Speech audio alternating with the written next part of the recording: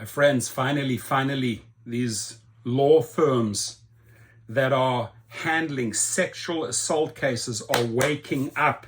I've been beating the drum over and over again, saying, why is it always just a one-sided situation, right? You need to go after those passengers. Most of the sexual assault cases in the cars are created by riders, by passengers, drunk people. And the majority of the victims are women.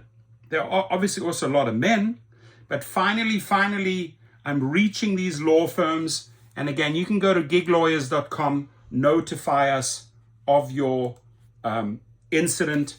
But if you were physically or sexually harassed by a passenger, right? There's too many law firms concentrating on if you were assaulted by a driver. Those are minimal cases because we've been vetted.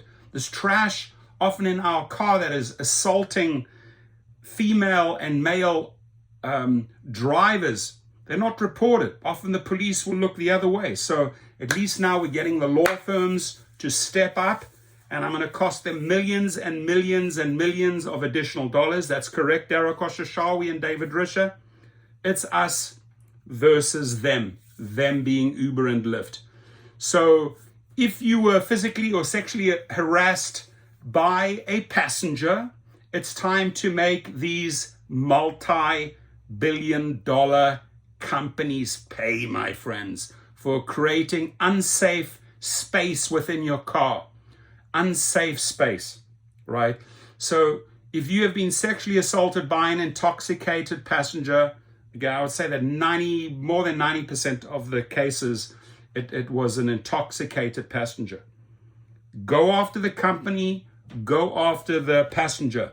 Have you experienced sexual assault, inappropriate touching, forced kissing, genital exposure, forced touching? I've heard all the horror stories. I've had a lot of lady and men drivers contact me and say, shit, this and this, and very graphic, explain in great detail, right? Because they confiding in you, they're trusting you that you're going to put them together with the right people. So I've been banging the drums here. Finally, these law firms are stepping up, right? Finally. What does a questionnaire like this look like? Were you sexually assaulted or harassed while driving for Uber rideshare service or Lyft? Which of the following best describes the unwanted conduct you experienced? I already gave you some examples. What year did this happen? Was this year? Was it last year, 2024? Was it 2023? Are you currently represented by an attorney for this claim? No. If you're not, then we got to put you together with one, right? And law firms reach out to me, right? Look at me as a vehicle to bring you cases. I work so well with legalrideshare.com with Brian Greening and his crew, because anytime there's an accident, anytime there's brain injury, spine injury, physical injury to you, to the riders, go after them with Legal Rideshare, with an accident attorney.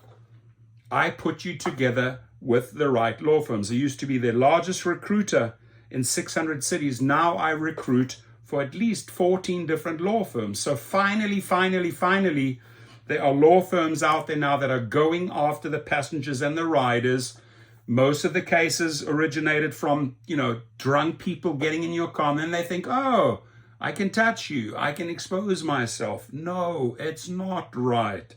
People do crazy shit when they've been guzzling alcohol, serious shit, and now we're going to make them pay. We're going to make the company pay, and we're going to make the rider pay, right? So looking forward to help you. giglawyers.com. And again, law firms, reach out to me. My details are below.